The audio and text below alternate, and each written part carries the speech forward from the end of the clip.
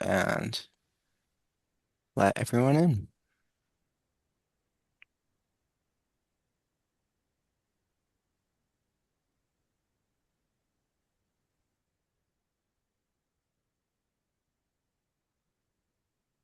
Hey folks, welcome in.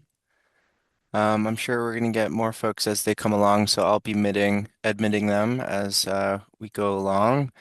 Um, Seeing as the size of the group today, usually we do um, name and town for introductions, but as I'm filling up this room. Maybe we do it in the chat for today.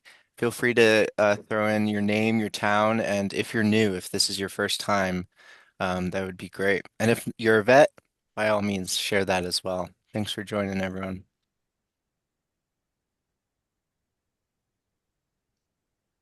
All right, I'm gonna start by sharing my screen.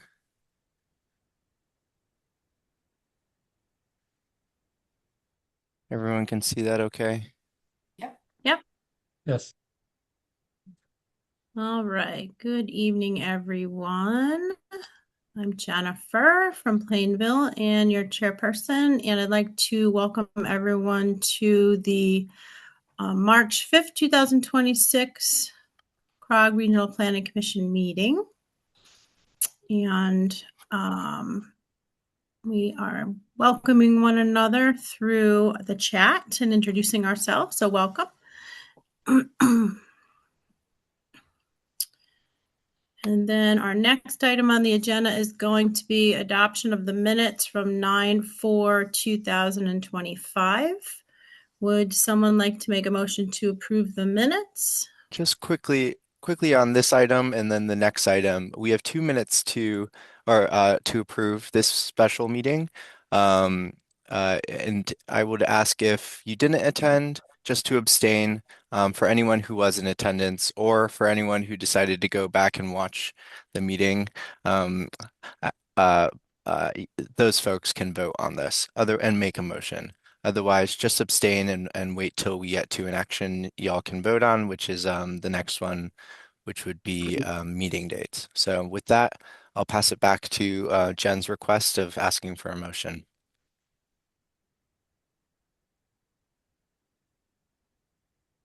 Chris D'Antonio, so moved. Did I hear a second?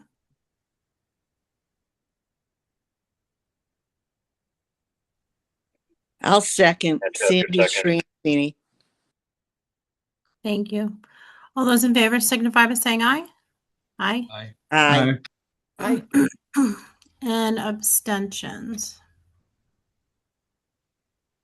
I can go ahead and have everyone else abstain from the group who's not on this list. So no need to Okay. unmute and say that. And then same for the next action as well. All right. And with this, go for it, Okay, Jen. now we're going to have the adoption of the minutes from 11/5/2025. Would someone like to make a motion to approve the minutes? So moved. Do I hear a second? Second, Amanda Hickey from Tallinn. Okay, all those in favor signify by saying aye. Aye. Aye. All right. Aye. And the rest of us that aren't on the list will abstain, apparently, Yes. including myself, because I was not there. All righty. Thank y'all. All right. The next item is the adoption of the 2026 meeting dates. So tonight we ended up making a special meeting. So our next meeting would be June 4th, then September 3rd, and November 5th. Those are all Thursdays. Would someone like to make a motion to adopt the 2026 meeting schedule? So moved. Lisa Levin from Avon. Do I hear a second? Second, Christopher Brecklin, Weathersfield. All those in favor signify by saying aye. Aye. Aye. Aye. Aye. Aye. Any abstentions? Any oppositions? Okay, the motion is approved. All right. Thank you. And item number 4 is a presentation by CROG, Special Session, Public Act 25-1, an act concerning housing growth. And with that, we'll pass it off to our Director of Regional Planning and Development, Caitlin Palmer, which I will stop sharing now so you can go ahead and share your screen. Let's see if I do it right. I didn't do a dry run on sharing. Now I gotta find the share button. I always get a little rusty. Okay, we're gonna share. And I will switch to presentation mode as well, and that should work just fine. Okay, are you seeing the slideshow, not the notes? Yes. Okay, excellent. Love it. Oh, we are so seeing the notes, you or are at least seeing, I okay, am. no, oh, interesting. Is everyone else? It was Yes. the main slide in the Yes. center, and Yeah. then there was a smaller slide to the right that Okay. had like the Yeah. disclaimer. We're gonna escape. Oh, that's funny. Well, let's see how we can attempt to fix this. You got this. We believe in you. Thank you for the confidence. All right, we're gonna share. If that's over there, I'm gonna share this screen. We'll try screens instead of windows. Okay, you're probably seeing yourselves now. I apologize. All right, from current slide. There we go. Are Perfect. you You got seeing it. yourselves or no? Looks good. No, Good to go. Okay, great. Because I know that's super obnoxious when you can see yourselves on screen. Okay. Thank you all so much for joining again. My name is Caitlin Palmer. I'm the Director of Regional Planning and Development here at CROG. And I think originally we were planning to do a bit of an introduction as far as what the Regional Planning Commission is, because I think some may be more or less familiar with sort of the roles and responsibilities that we have here.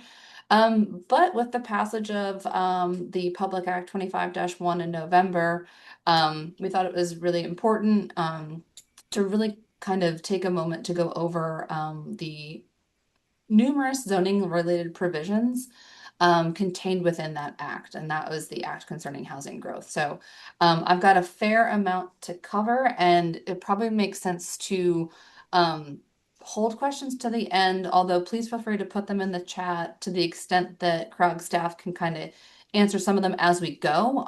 We can do that, and then we'll also just have a running list that we can try to work through at the end.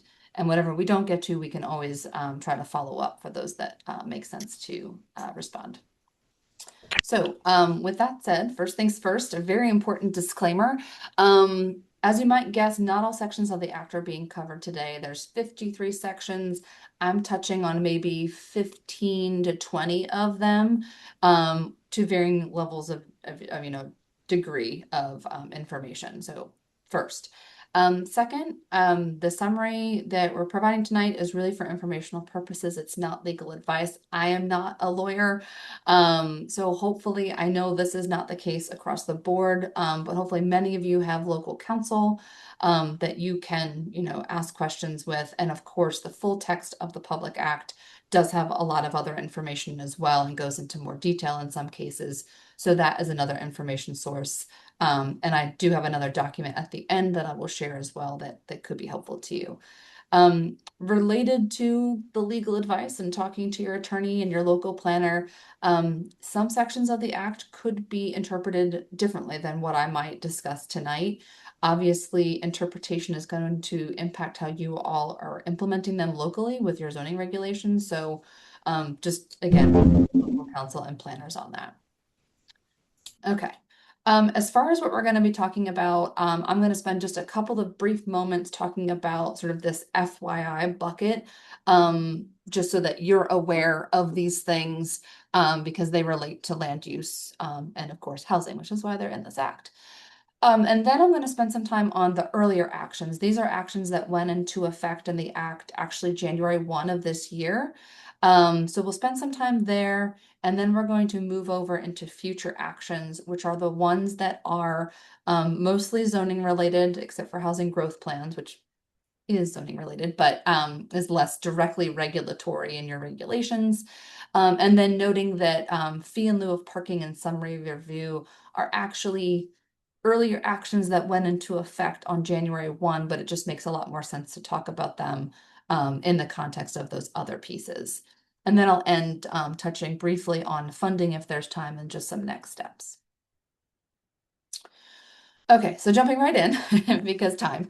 And in no particular order, I will be popcorning around. Section 48 of the Act just basically expressly permits the Department of Housing to essentially function as a developer, which I guess they couldn't previously do. I did not know that. This is going to allow Department of Housing to develop housing on state-owned land. They'll be able to sell, lease, manage the project or the units under the criteria that's specified in that section. And that's really all I'm going to say on this. Again, I just thought it was important for you all to know that as commissioners, obviously these are housing projects potentially. I can't speak to what that process is going to be. Is DOH, if they go down this path, are they going to be coming before the commission? I don't know. More to come. And, if you have questions like that, happy to reach out to DOH and get a little bit more information as how they see this rolling out. But they might not have answers yet either, just because this is new. And then lastly, in the FYI bucket of things, it's good to know that 2 studies were commissioned under the Public Act. One of them is Section 33. OPM was tasked with conducting a statewide wastewater capacity study. Lots of really interesting information that is hopefully going to make it into this study, but noting it's also a big lift and the due date is July 1. So I think OPM is sort of seeing this study as a iterative process that they're going to deliver something July 1 and then we'll build off of it. We're certainly keeping our eye on this because it potentially will have good information in it for purposes of our housing growth plans for all of us, which again, we're going to talk about later. And then lastly, Section 42 tasked the Majority Leaders Roundtable with conducting a 830G threshold study. I think probably most of you are familiar with the fact that the current threshold is a 10% requirement for affordable housing based on your existing housing stock. So this was just supposed to look at, should it be 10%? Are there other frameworks that could be explored?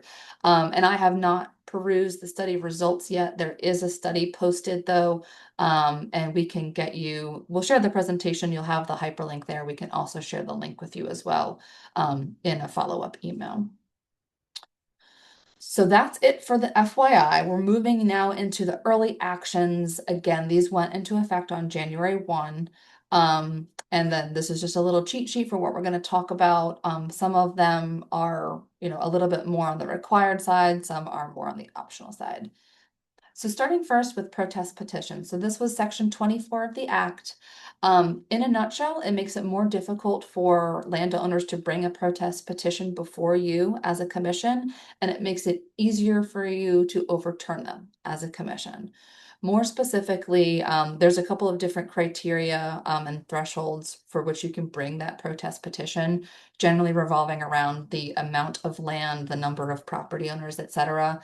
Those thresholds were increased from 20% up to 50%. And then if a protest petition does make it before you now, that threshold has been lowered in order to overrule that petition from a 2/3 majority down to a simple majority. Okay, and I don't know how many municipalities across the board codify this in your regulations, whether you include this. So if you do, certainly update it. And I would say, maybe recommend it as a best practice to do so anyway, if it's currently missing from your regulations, just to make it convenient for, interested abutters to have this information. Let's see. Section 26. So this is talking about hostile architecture. If you are unfamiliar with the term, Section 26 does define it. Essentially, it's any building or structure intended primarily to prevent people from laying or sitting down on a building or a structure. This is generally geared towards those experiencing homelessness. There are exclusions or carve-outs, if you will, that still allow municipalities to add elements to prevent skateboarding or rollerblading. And I've included, if it's helpful, a couple of particularly egregious examples of what hostile architecture is. I think the bolts on the steps in particular is not a typical design element that you would see, really intended to prevent people from laying down. I will say this section is pretty narrowly written. It went into effect, as you know, January 1. It prohibits municipalities from installing or constructing hostile architecture on any municipal building or property. And then regarding the complaint piece, it's if a municipality receives a complaint about hostile architecture on a municipal building or property that was installed on or after January 1, it must be removed.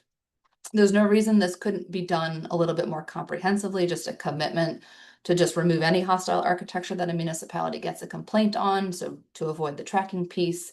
But in a nutshell, that is what is required out of this section.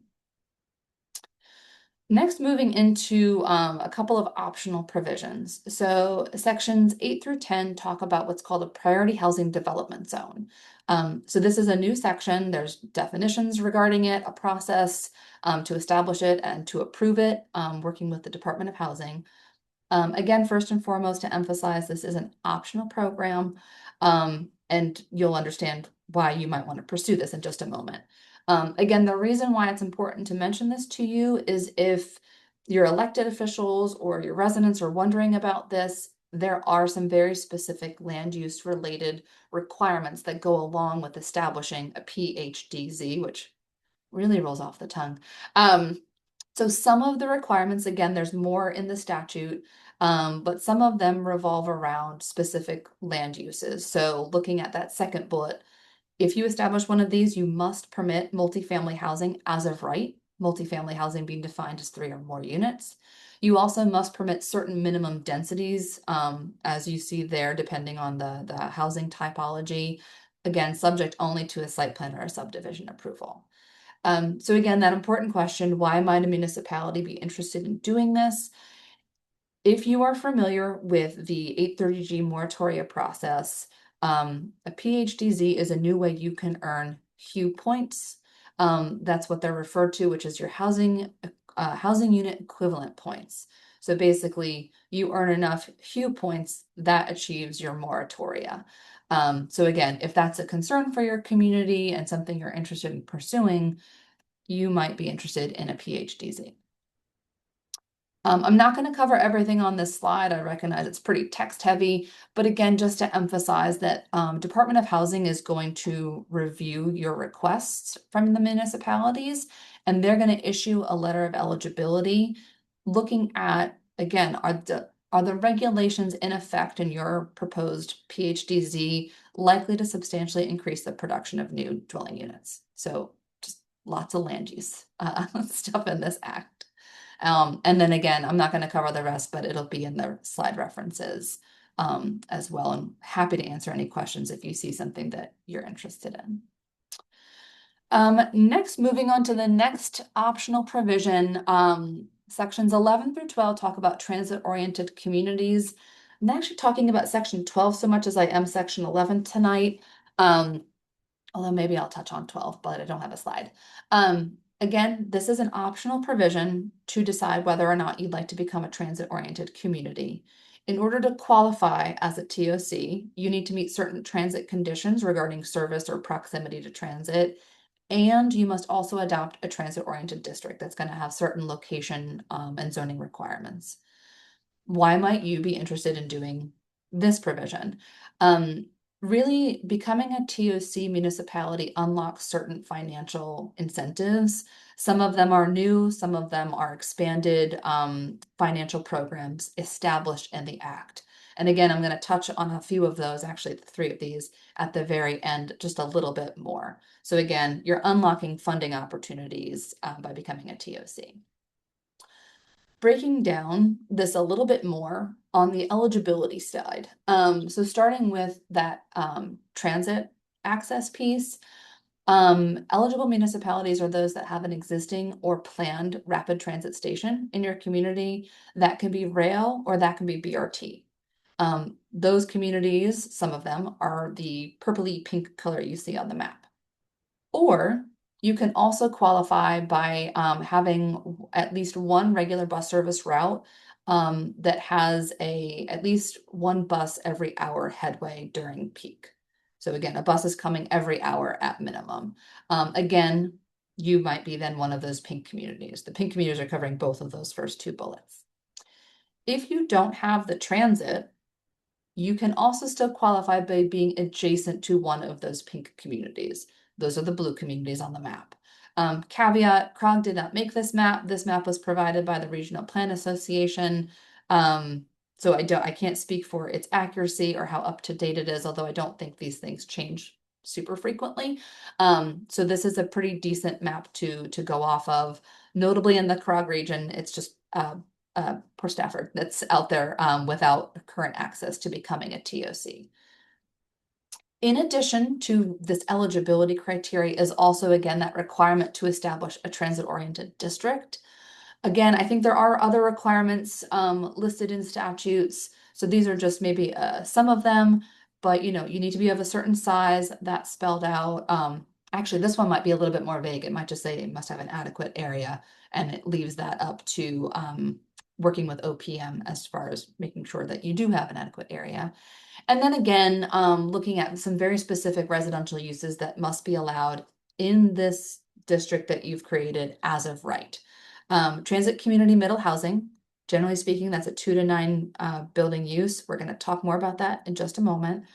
Additionally, you must allow as of right for developments that are 10 or more units with certain set aside requirements. Again, allowing those as of right.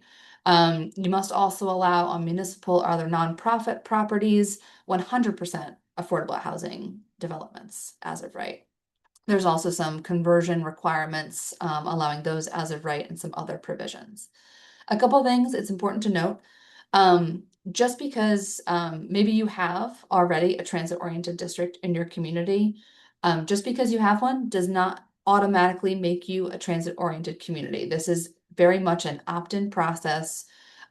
You can, however, if you do have an existing TOD, you can talk to OPM. OPM is going to be establishing some guidelines as well as an exemption process specific for existing TODs that want to become a TOC, if we're following all my acronyms here, without necessarily meeting all of the criteria. So you kind of get a bit of a grandfathering provision if you're an existing TOD that's already been established.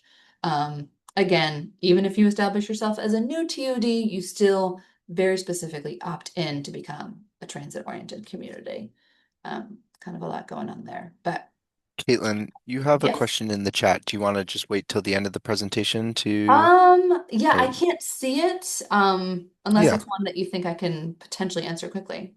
Okay. There, David is asking that the PHDZs and TOCs are effectively new zoning designations. Do they have to modify their plans of conservation and development before adopting them?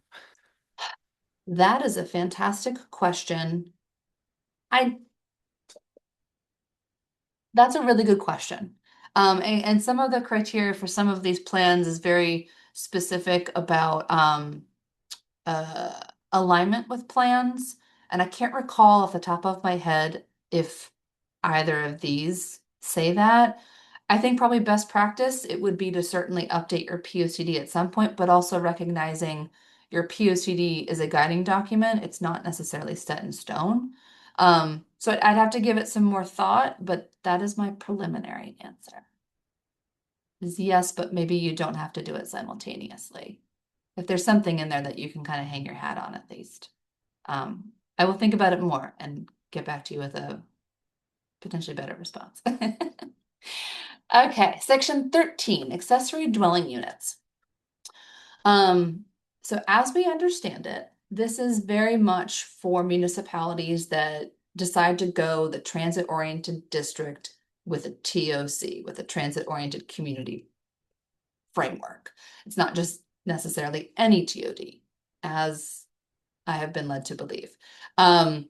So that said, if you do a TOD pursuant to section 11, in addition to the stuff that's already in section 11, it says the municipality must also allow a property owner in the district that you've established to zone their property for at least 3 years to be able to develop an accessory apartment on that property as of right.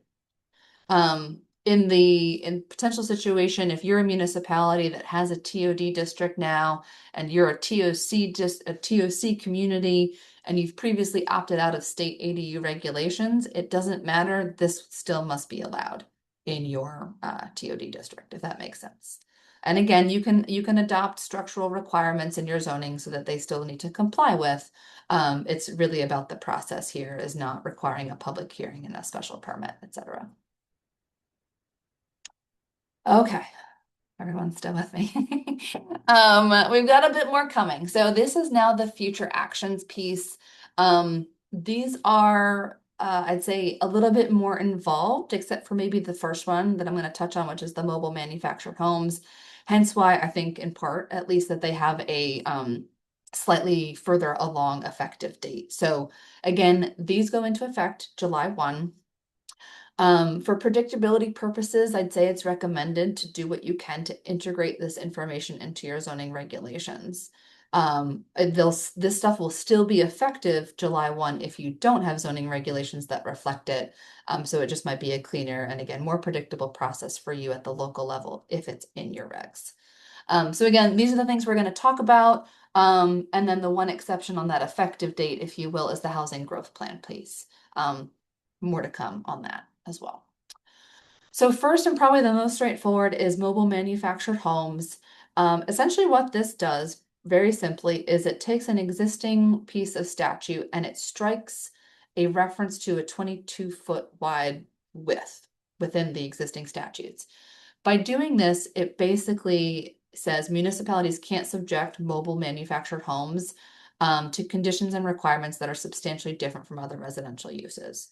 Essentially, it's treating it by and large like a single family typology. Okay. I think that one's pretty straightforward. This doesn't affect every community. Not everybody has this housing type, but if it does, certainly check your regulations and make sure that the conditions and requirements that you may be applying to this typology aren't substantially different. Okay, section 16, transit community middle housing. I'm going to break this down in a series of slides. So as of July 2026, July 1, municipalities will be required to allow for the development of transit community middle housing or mixed-use development on any lot zoned for commercial or mixed-use development, subject only to summary review. So on the next couple of slides, I'm going to talk about the definition, but basically you've got the requirement for the use, on which lots, and process, right? That's what's required. It's worth noting that statutes also say you may allow for the transit community middle housing piece on any lot zoned for residential use. And you might be wondering, why is this optional? Why would I be interested in expanding where middle housing is allowed? I've got an animation. It comes back again to those HUE points, those housing unit equivalent points. For every middle housing unit that gets a CO issued, you can earn a quarter of a HUE point towards your moratoria. So just mathematically, it's likely that if you expand where you allow this use, you will get more COs for middle housing to count towards your moratoria. So what does all of this actually mean? So starting with the definition of transit community middle housing.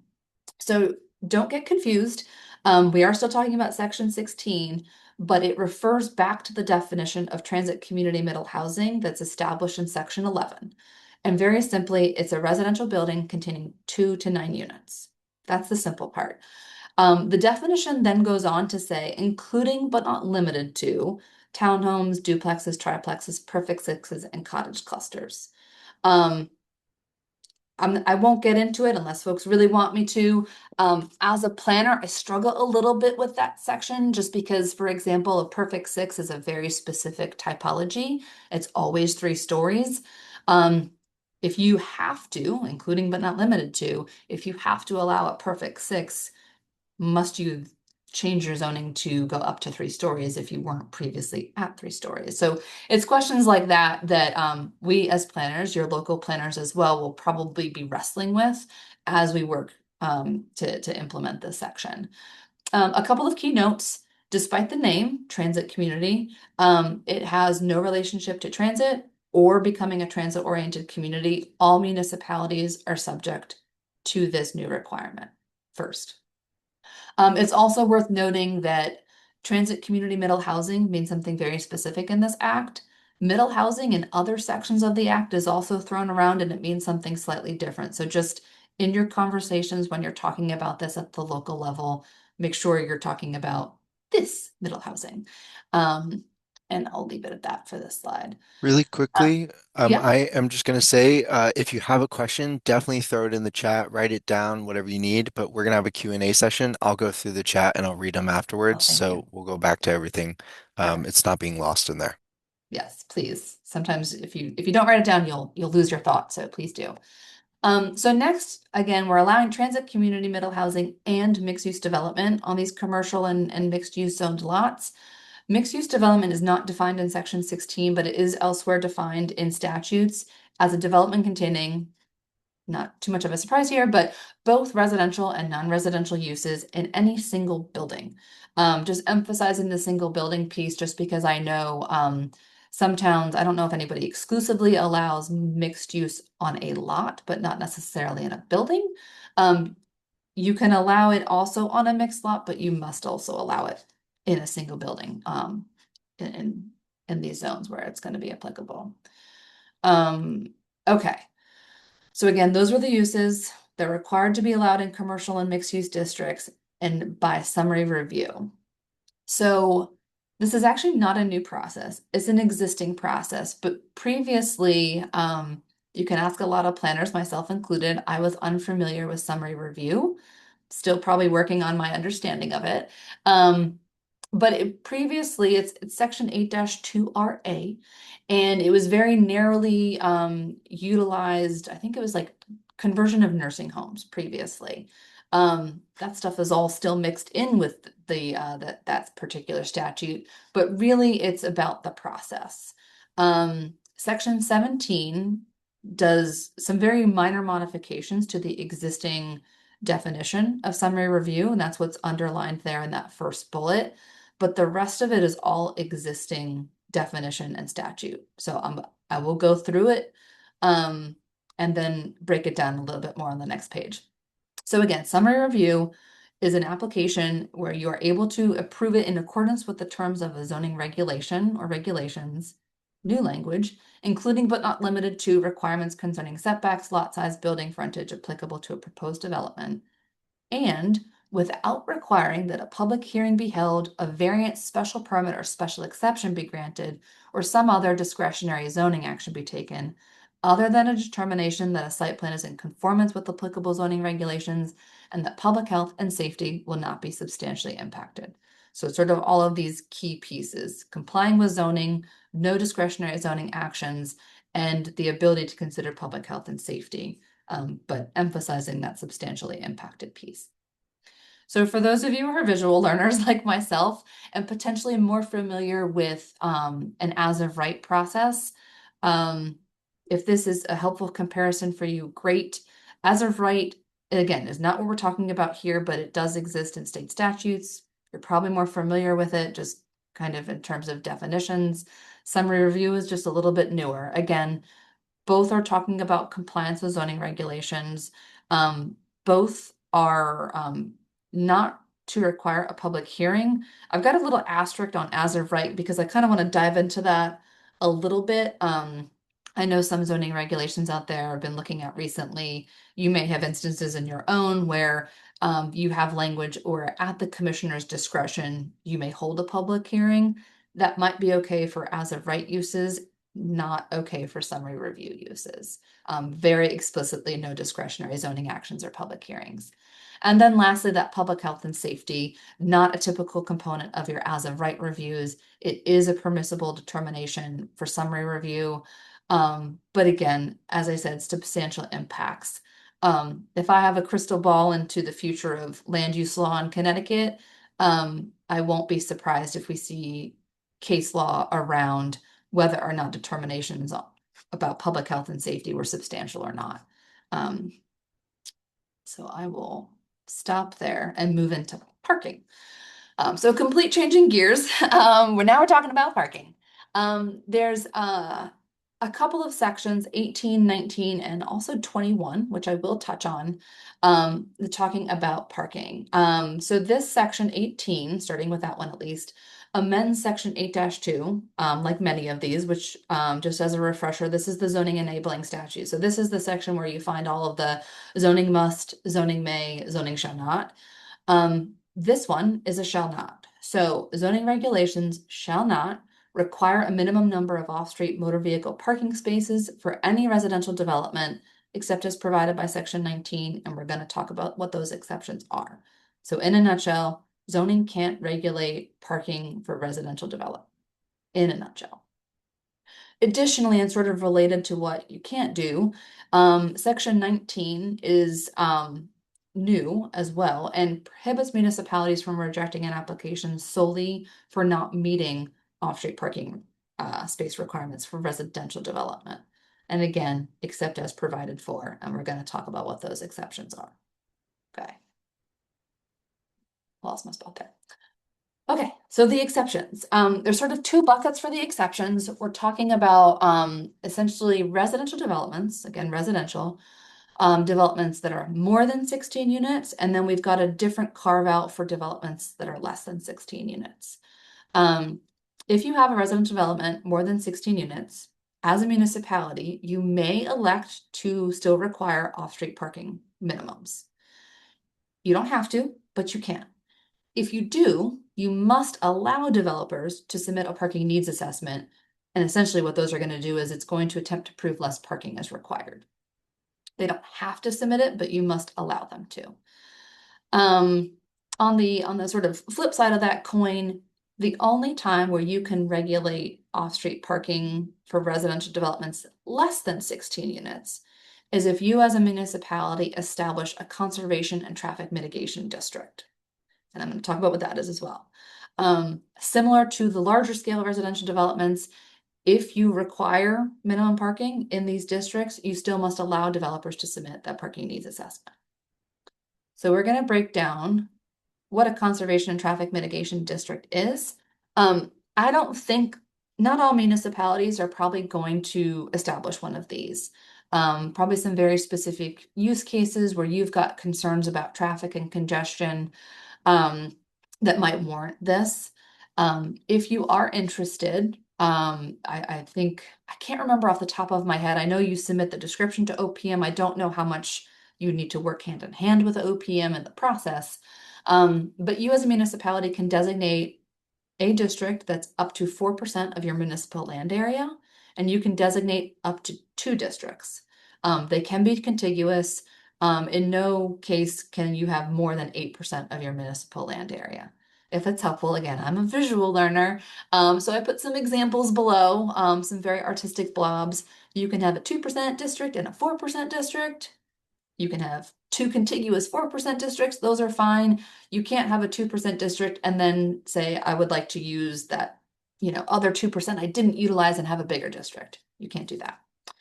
And again, this is a district in which the only case where you can regulate off-street parking for residential development that's less than 16 units. And then lastly, the last part of this is, again, that parking needs assessment. Again, if they submit the developer submits it, they don't have to, but they can. And a municipality must condition the approval of the project on the lesser of one of the following: either the amount that's recommended in the needs assessment, or this very specific ratio, it's 1 space for every studio and 1 bedroom unit, or 2 spaces for every 2 bedrooms or more units. And then I do have some, a parking needs. I should have put this on the screen. This is pertinent. A parking needs assessment. It's paid for by the developer and includes things like available existing public and private parking, transportation options, projected future needs for off-street parking and their development, and any other relevant local parking or traffic study that's maybe happened or is happening in the area. Okay. And then one more thing for parking. So this is actually one of those sections. This is fee in lieu of parking. This is one of the ones I flagged. It's actually already effective. It basically limits the situations in which you can allow for fee in lieu of parking. I think in a nutshell, really what it's doing, it's just aligning with the new requirements in sections 18 and 19. So it used to say that you can do parking, fee in lieu of parking for any use. It now just has some minor amendments that says you can do parking and fee in lieu of parking for any commercial development or residential or mixed use developments, 16 or more units. Because again, you otherwise really can't regulate for those lesser residential developments. Okay, we made it. We're at housing growth plans. So this is the last of the bulk of my content here. And it's the big one, right? This is already in effect technically, but the plans are not due for anybody in the CROG region, including CROG itself, until 2028.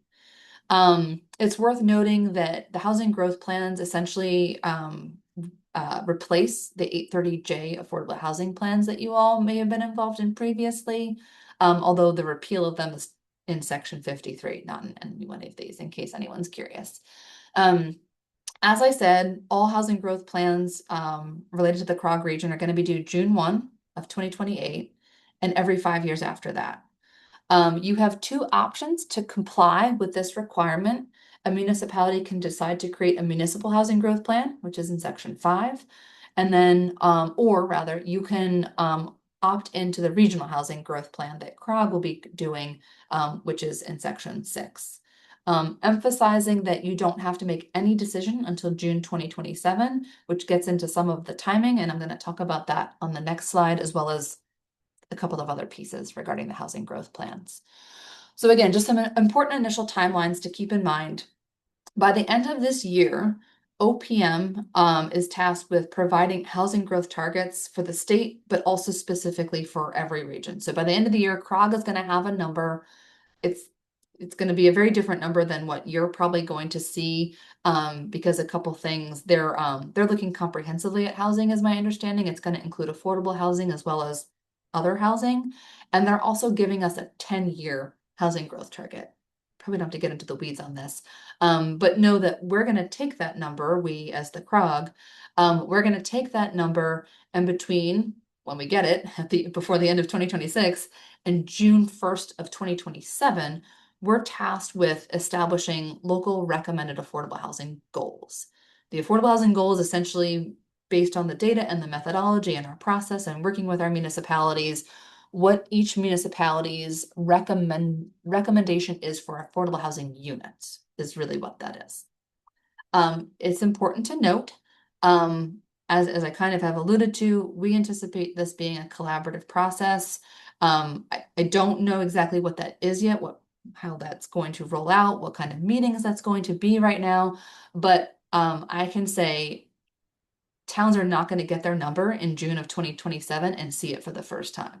It's absolutely not what's happening.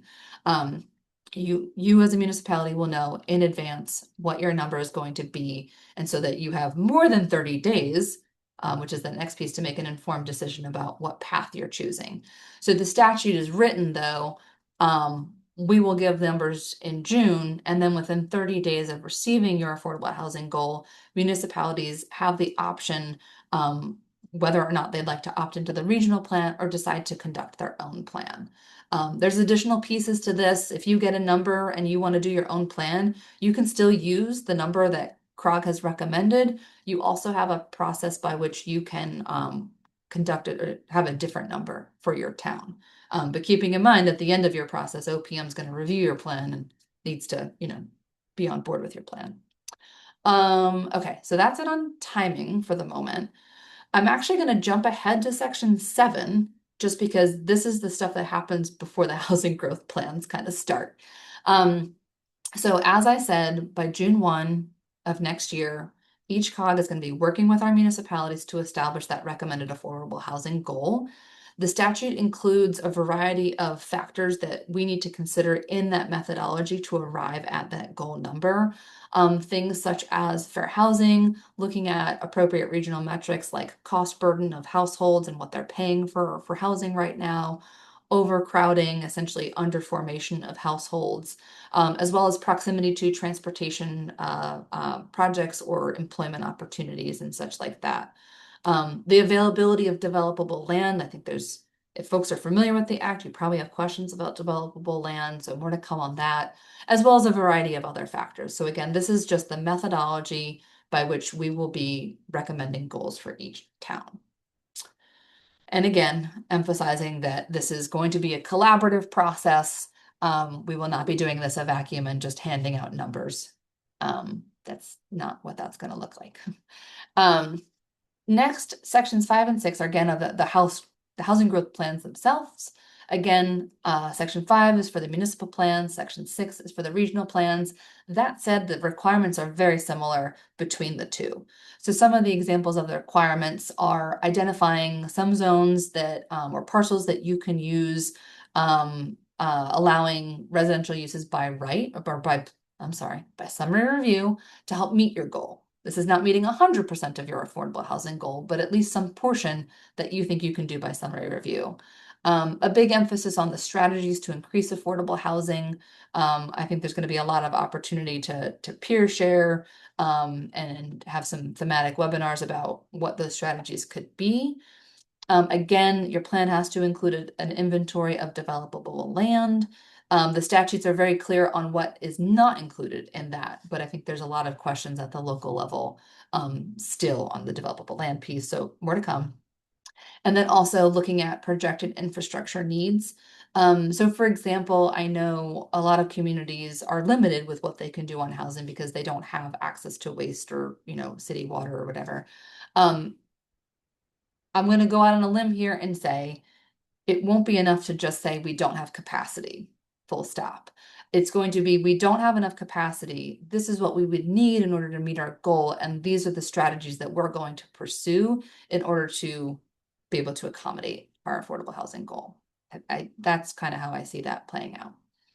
A couple of notes, and then I think I'm done for this section. If you are what's considered an AEN GLC community, which is, if you're really dying to know, it's the Adjusted Equalized Net Grand List per capita. This is a list that the state creates every year. If you're in the bottom 20 of that list, you have different plan requirements. I can move to the next slide. Oh yeah, we're going to collaborate. All right, hold on. All right. If you're curious, it's only 3 towns in the CROG region, East Hartford, New Britain, and Hartford. They have different plan requirements that are more focused on rehabilitation of units, keeping the affordable units that they already have. That said, they can still do any number of the other plan requirements that the other communities are required to do, and vice versa. But again, just noting they do statutorily have different requirements. And then lastly, noting that failure to submit a housing growth plan makes you ineligible to achieve a moratoria. On the plus side, I would say, backing up on that one piece on the moratoria, that I think you could, oversimplify and say that's the one stick related to the housing growth plans. On the plus side, there are quite a few carrots and the source of funding. The caveat on that is obviously how well these programs get funded. But notably, the Housing Growth Program, it's a new program that would be established by OPM. I think that one rolls out 2028 when the housing growth plans first become due.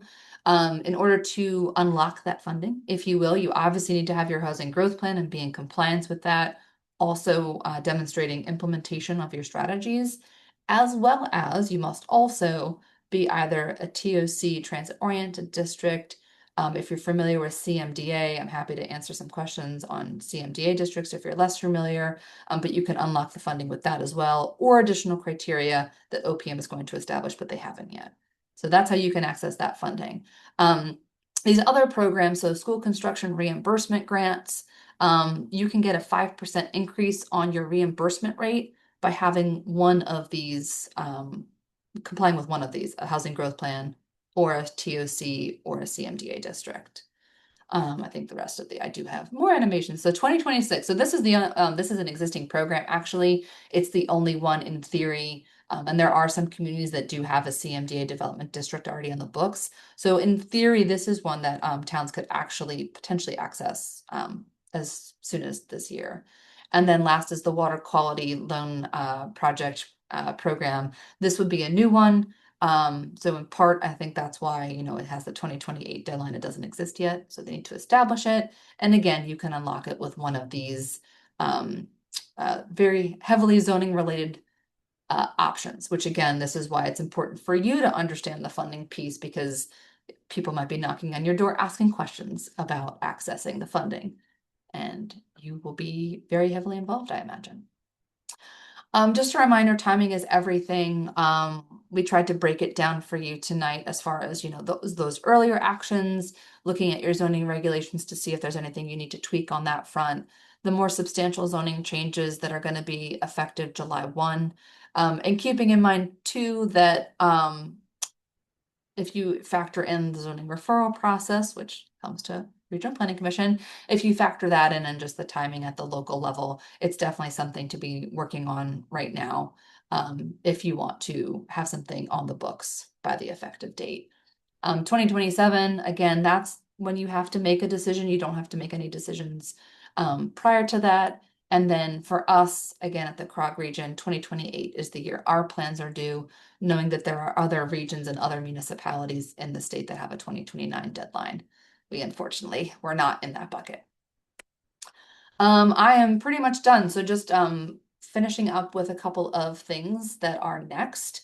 It might be helpful to know that, and I think Jacob has already shared this link with RPC, and we can send it out again. But CROG and all of the other COGs across the state work together with a working group to create a CT-COG summary document and some other sort of cheat sheets and deliverables, some of which I think we're still working on.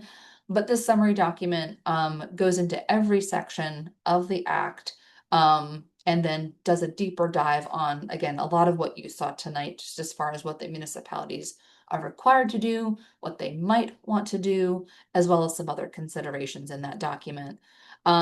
We are also working at CROG on some very limited middle housing technical assistance related to Section 16 and trying to see what we can glean by diving into a few regulations and hopefully coming up with some information that will be beneficial to every community. But again, there's quite a few towns that were interested in having us look at their regs, and there's only so many people that work at CROG. And then also very exciting, I don't know how many of you are familiar, some of you might be, but Savannah Nicole, she goes by SN Vialba. She is going to be our new housing planner starting before the end of March. We've hired her to really be able to focus on the housing growth piece. So that's really exciting. I think we're going to be in really good hands. I think everyone's going to have a really good experience working with her. So very excited about that. And just to know that, as I sort of had mentioned a couple times in the presentation, there are surely going to be additional thematic-based information webinars and workshops from CROG and others. So we'll share them if others are conducting them and we think they're going to be of interest. So plenty more to come this year, as well as related to our regional housing strategy. So sort of separate from all of this, I think there's going to be some trainings that will still have information that you'll find useful for this process as well. So with that said, I don't know how I did on time, but I can open it up to probably some Q&A. All right. So we can start with the ones in the chat, but obviously if you want to raise your hand, I'll definitely get to you. So the first one we have, oh, and also if you want to expand on your question that you submitted in the chat when I read it off, by all means, jump in. So the first one is relative to middle housing, can a parcel have multiple pods of 2 to 9 units? It's a really good question. I will attempt to go back, which is why I didn't stop sharing my screen. If you allow for it, I think so. If you have additional pods of 9-unit middle housing, though, you sort of have on one lot, you've sort of transcended the middle housing requirement. But that's what's so interesting about this definition. It's a residential building containing 2 to 9, but one of the examples they say is included is a cottage cluster. And one of the notes down below is, again, we as planners were like, a cottage cluster is typically like a series of single buildings. So you could allow multiple detached units. You could allow, a series of 3 2 units on a lot. And, as long as your zoning regulations allow for it, I would say yes.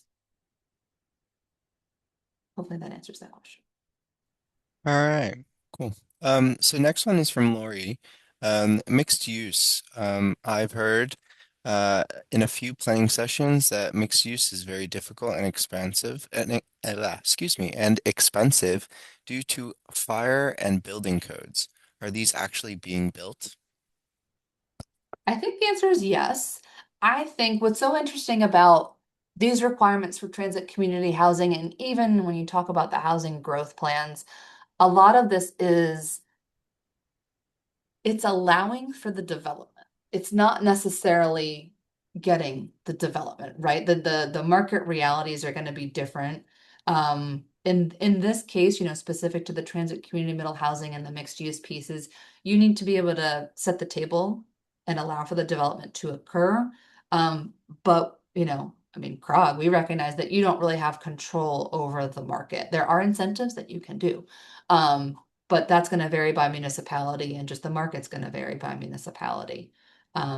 So and I have heard that the vertical mixed use piece is sometimes more of a barrier depending on the developer and who they're working with as their lender. Some lenders are more familiar with this, and some lenders, I think, balk at it. But I think we also had that conversation with Greg Vaca, who's a developer currently working in Windsor. And I think some of that is maybe getting phased out. Maybe more and more lenders are becoming more comfortable with the vertical mixed use piece. But again, it's all going to be the development market that's going to determine what you actually get.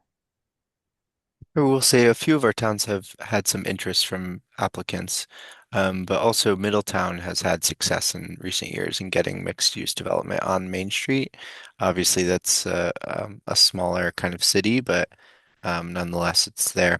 So there are developers applying for it. Yeah. And Okay, Windsor, like I said, Greg is doing a yes, mixed use vertical piece in Windsor. absolutely. And I'm sure there's others. That's the other ones coming to my mind at the moment. But So our next question is from Rich Roberts, who makes the determination of public health and safety, staff or the commission? such a good question. I'm I gonna tried answering some of these, Caitlin, so you can help me with rotten fruit if I was way off in the chat. Oh, well, I can't see the chat, so flag it if you think it's questionable. I don't, because this is all that the statutes have. So I don't know that I don't have a good answer for you. And I think that's one of the big questions that planners and commissioners are going to have. Um, the one thing I will say that I'm hopeful for is one of the other COGs has released an RFQ. I think they've actually already hired a consultant to look at the middle housing on behalf of some of their towns. And one of the things they were tasked with looking at is, I think, maybe putting some parameters or best practices or sort of like defining what substantially impacted could be. It's great another COG is doing it, but I think that information is going to be able to be applied by any municipality that wants it. So as soon as that's available, I will be sharing it because I don't know. Especially, yeah, I just don't have a good answer for you. If I get one, I will follow up. All right, so next question is from Lisa Levin. I see you've unmuted. Would you like to ask it yourself?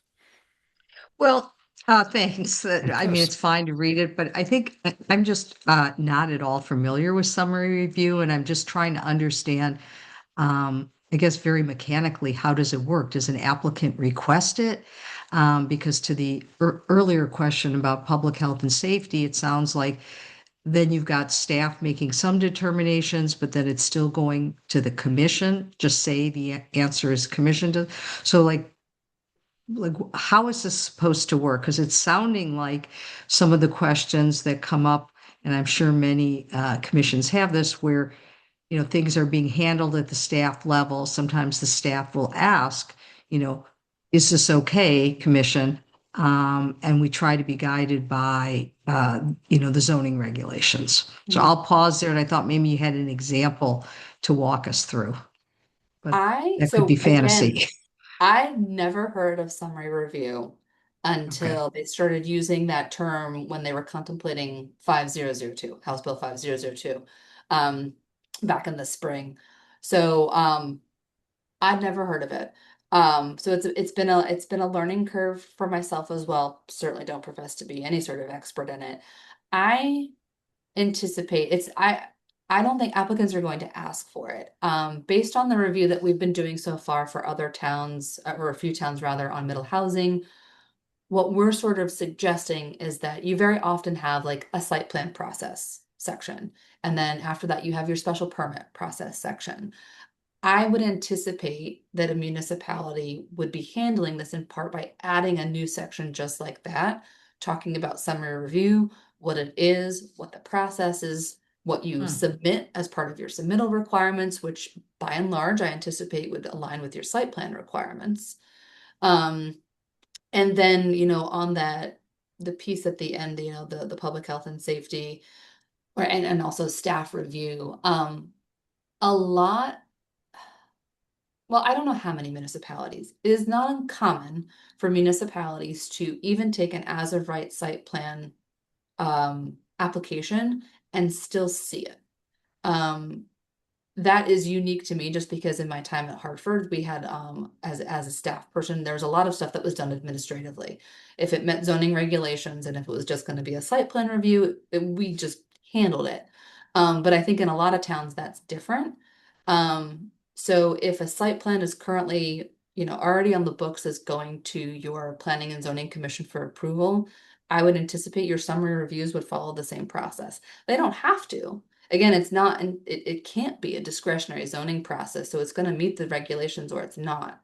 But I anticipate a lot of towns are at least at first going to be interested in keeping with the framework that they're familiar with.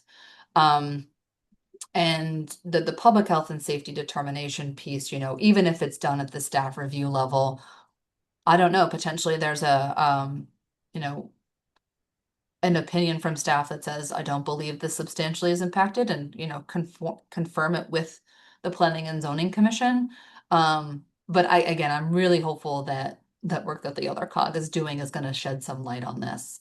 Yeah, it either sounds duplicative or a lot of intersection between as of right and a request for hearing. And then I'm thinking about when there are, material modifications. That's something our town has. Those are supposed to go back to the commission, but that's kind of just getting ahead of it. I just Yeah. need to understand basics. So And thank you. yeah, sure. And I'll say too on the discretionary zoning action, a few examples that as we've been, looking at this internally. For example, one of the towns I was looking at that says the front setback is 20 feet, but with excellent landscape design, it can be reduced to 10, something like that, right? You can't do that with summary review. Even though that's a discretion sort of in the positive, if you will, it's a discretionary action made by the commissioner's determination and you can't do it. So when it comes to material stuff too, I think you need to be very predictable in your zoning regulations as far as, the requirements, the setbacks, the heights, the materials, the transparency, whatever, you've got in there, to make it a predictable, non-discretionary zoning process. Yeah, that's why I think I don't know if I don't know if I wrote it, but it reminded me of like the ADUs that are as of right, but they're still very prescriptive in terms of the requirements. Yeah, because you still Um, get to regulate them. right, right. But yeah, it's sort of a yes, But it just yes, doesn't yes. come before the commission unless, staff thinks there's some question that has to be answered. Mhm. So, okay, more to follow. Thank you. All right, our next question comes from Mike from Manchester. Parking fee in lieu. Is there an accepted rate per space per development? That is a good question. Um, I don't know that statute currently limits you. So, Hey, Caitlin, I looked at the statute. It doesn't. It requires it's them to silent. it requires them to establish a fee structure and it can spend the fees on certain things, but it's silent on the exact amount. Perfect. That's kind of what I anticipated. Again, this is an existing ability within statutes. Not every town takes advantage of it. I think it's a great thing to actually take advantage of, um but yeah, I'm not surprised to find out that it's silent on the fee, but outlines what you can use your fee on, etc. So thank you, Kyle. Hopefully that answers the question. All right, our next question comes from Mike Harvey. Who's eligible to receive housing growth program funds? Municipalities, developers? Municipalities is I think my answer in a nutshell. It is a municipality that You know what? Actually, if I go to this slide, I have some notes. Boop, boop, boop, boop, boop. Oh, too many animations, Caitlin. Okay. Yes. Grants by OPM to municipalities for costs. So, and I will share this. This is helpful. For costs related to construction improvement, expansion of infrastructure associated with development of new units. So it's a pretty expansive program that they're contemplating. And this infrastructure includes water lines, sewer, roads, bike ped, and transit infrastructure. So it's pretty all encompassing on that infrastructure piece. Again, recognizing that those are a lot of the sticking points that the state has heard from municipalities sort of as being a barrier to housing. So those grants, yes, they go to the municipality. All right, and that is it for the questions in the chat. Does anyone have any last questions that they'd like to speak up on? I do. And this is Dave Souza. I have a basic question. It's not clear to me if when the COG or when the town establishes the affordable housing target, um, would that number or could that number be more than the 10% minimum, or rather the 10% 830G requirement? Mhm. Um, I suppose in theory it's possible. I'm like trying to work through that question like with math. Um, what I can say is, I should have had more in my notes section. Interestingly, so the statute gets into more than what I've got on the slide. The summary document has more in it as well. So definitely QR and check out that link. For example, though, I think one of the things the statute says is in no case, regardless of what your methodology, says for the goal as far as what it should be based on all of this stuff, it's capped at, I think, 20%. Is that right, Kyle? I don't know if you're furiously checking the statute right now. Can you repeat the question?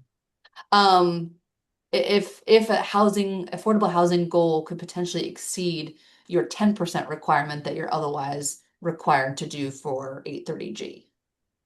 I And I do want to not. say it's a possibility. Yeah, I don't know for sure. I don't know.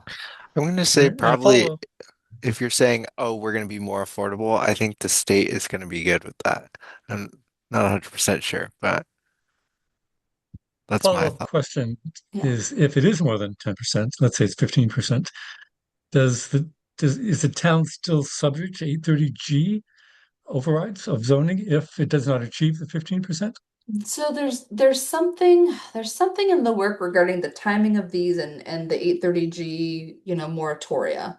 So that's all I can say about that. But and again, emphasizing with the affordable housing plan that it's a plan. Just like with middle housing, you're going to set the table with zoning regulations and other policies that you're going to put in place. It is not saying you must develop this housing. It's saying you need to plan for this amount of housing. Whether the developers come to your town, they recognize, as being limited within your control, right? Again, with incentives and what have you, tax abatements or whatever. But that, it is you must plan for the units. You can't magically Thank you. build them.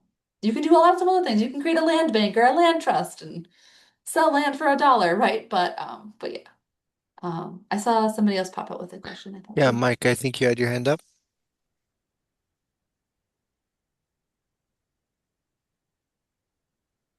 No. I did, but I'm gonna pull it back. I don't need it right now. I can follow up with through staff and others. Okay, sounds good. Last call for any questions? Yes. Caitlin, can we get your presentation, please? Of course you can. I'll be certain to share it and we'll also share, all of the necessary links as well. Happy to share that. Yeah, Thank you. I'm gonna send out the recording of the meeting as well as minutes and the link to this presentation shortly after this meeting. So Yeah, you all just get work that. closely with your legal counsel. I'm not a lawyer. Yeah. But and happy to take other questions. Recognizing though that again we might not be able to answer every question. I think some towns have some very hyper local questions.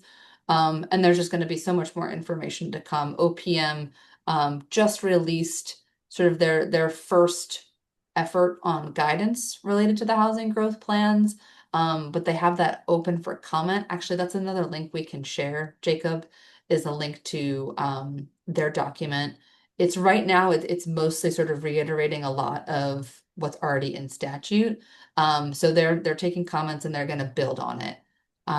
So yeah, certainly more to come. I am certain I will see you all somewhere at some point, and we're going to talk about developable land, and we're going to talk about what methodology we're using. We're going to do a lot more. So very excited to have Essen join us so that we'll be able to do a really great job. All right. With that, I guess we'll move on. Can't find my stop share button. There we go. Okay, thank you. So we just have a few more CROG updates to share. Caitlin, did you want to take these? Or I can run through. Sure. What do we put? So again, focusing tonight on obviously the Public Act and everything kind of coming out of there. It's going to keep you busy. But I think in short order, Kyle has been working on a warehousing land use and traffic impact study. And I think there's potentially some really helpful best practices coming out of that. So we'll be planning to share those with you at a future meeting. As I sort of already talked about, we're going to be doing plenty of other housing workshops and meetings for various audiences. Some are going to be commissioners, some are going to be for your elected officials, some for your planners. Plenty of workshops this year related to the housing growth plan requirements, but also the regional housing strategy that Heidi is updated on. For example, one of the ones we're probably going to be doing is something about like difficult conversations around housing. How do you have difficult conversations, and a bunch of other stuff. So some really exciting things. And then the last CROG update, I will let you guys know in case you have projects in your communities that you think might be interested in. CROG has a pot of money for brownfield remediation.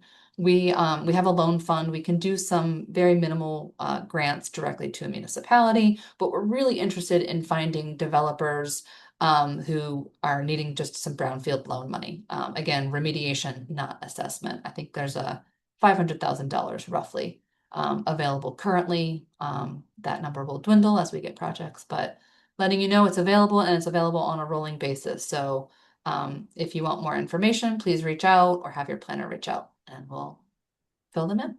Our environmental planner also shared the link to the website for our brownfield site in the chat, so feel free to click on that and go through. All right. Next, we just have a general report on zoning referrals that will be going out to towns next week. Nothing much to report on. Um, uh, some notes prior to these were Windsor's and I believe Weathersfield's POCD were recently updated, so we got comments out to them. Both look good. And next, I'm currently working on Andover's, so you can expect to see the review on that. Other than that, we have two moratoriums on smoke shops that came in this week, which was an interesting coincidence. Windsor is proposing allowing studios in the industrial zone. And that was pretty much the big hitters for review this week. But yeah, for new folks, this is just I will send you guys zoning referrals a week prior to sending them out to towns. And then for RPC meetings, I kind of just report out on them here, especially any ones that are requiring comments. But all of these you can see kind of in the far right-hand side. None of them were regionally significant, so they just kind of got a general comment. So, all right, and that's that. With that, I'll pass it back to you, Jen, if you want to lead this and introduce this to folks. Certainly. So at this point, we do kind of like a little go around for anyone that might want to share what's new in their town. I can start off just briefly by bringing up that we do have a lot of mixed use developments that are going in with unique pieces of land layout, some parcels of land that even had 3 zones within the one parcel, which was very interesting to try to get us so that we are more in conformity with like properties that are abutters. And we also are having a significant number of PDDs that are coming in through town, which, is a different concept, a little bit more work for us in terms of the planning component. So it's exciting. It's actually exciting to see all the growth forward in town. If anybody knows of a town planner that is looking for a job, we definitely have a position open in Plainville. So we gladly take an applicant. Who else would like to share? You can just unmute yourself or put your hand up and we can call on you.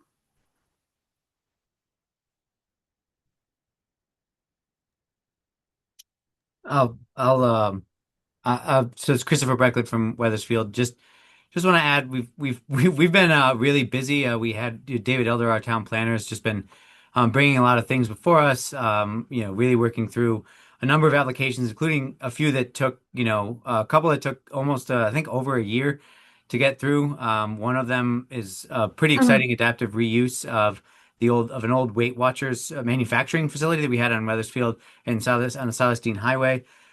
So we've been working through all of the different details. The conditions on the special permit ended up being a couple pages, so it was a long process. We including creating kind of a sort of an overlay zone in order to allow the adaptive reuse. And it was for me, it was a great learning experience, but it's exciting for the town and all of the different properties that we've had coming in, the businesses coming in. And we also have, I think, somewhere around, don't quote me on the exact number, but around 300 plus units of housing that are under construction or in the works. So I don't know if anybody from the town, if there's any opportunities for other ways to support some of those developments. You did mention a plan of C&D I put in the chat about our affordable housing plan. I know Weathersfield, I think, was one of the later towns to actually get those in, and now hopefully we're a little bit sooner on the affordable housing, the growth plans. But all of those things, and it's just really exciting for us. We're talking about. I'll admit, we've had some bad press lately about some of our decisions, but we've actually approved somewhere around 21 of 22 applications that have come before us in the last year, and any of the ones that pretty much all of them except for one that requested a parking waiver. We've considered that, we've talked about it, and we've had some kind of back and forth on. So it's really exciting, all the stuff we have going on. So thanks.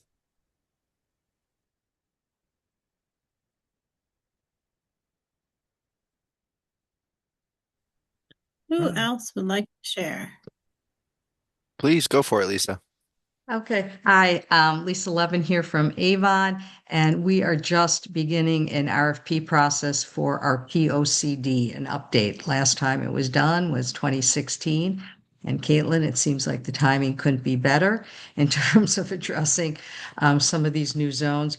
I would appreciate it.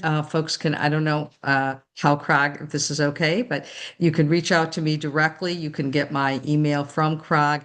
If any shout outs to particular consultants, I don't know if that's appropriate. If it's not to do this through CROG, I don't want to run into any ethics issues here, but I just, we're looking for that. I was just working on the RFP with staff in terms of what we're looking for. So I'll just put that out there. The other piece that I invite people to reach out to me about, I don't think there's any guardrails on this one, is we have an affordable housing task force that was stood up, constituted 2 years ago in Avon. It is now going to be reconstituted. We're looking at the charge, representatives, et cetera. Would be interested in hearing from other towns how their governance works. If you for your task force or for your housing committees, if you have it. This is something that is not